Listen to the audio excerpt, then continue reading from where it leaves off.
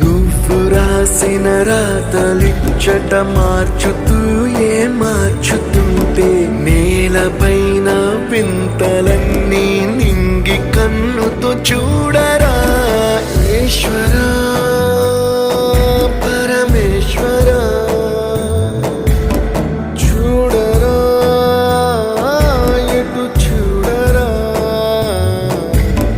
మసకబారిన కంటి పాపకి ముసుగు తీసే వెలుగులాగా కాలమడిగిన కఠిన ప్రశ్నకు బదులు ఎదురవ్వరా ఈశ్వరా